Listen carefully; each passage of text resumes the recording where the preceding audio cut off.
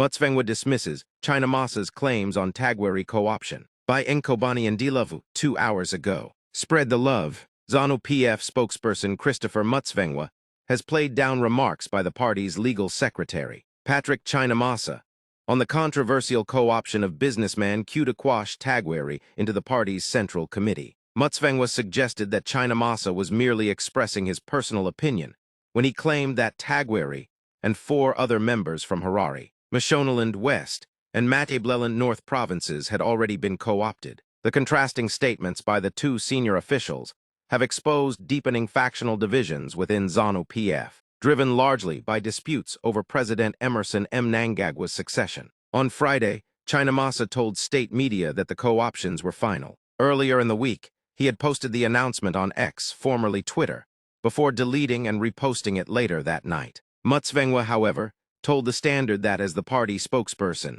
he alone speaks on behalf of ZANU-PF and its president. I will surely not speak for CHAMISA. My import is to speak for the party and its president, he said, even offering journalists CHAMISA's phone number. Efforts to get a comment from CHAMISA were unsuccessful as he did not answer calls. Sources say Harare province's attempt to co-opt Tagwirei was blocked by Vice President Constantino Chiwenga during a Central Committee meeting. Citing procedural irregularities, Tagwirei has repeatedly denied claims that he is positioning himself to succeed Mnangagwa. His co-option is reportedly opposed by a faction aligned to Chiwenga, long considered Mnangagwa's likely successor, although a faction within ZANU-PF is lobbying for Mnangagwa to remain in office until 2030. The 82-year-old president has publicly stated he will retire in 2028 when his 2 constitutional terms expire. Don't forget to like, subscribe, and turn on the notification bell for more updates.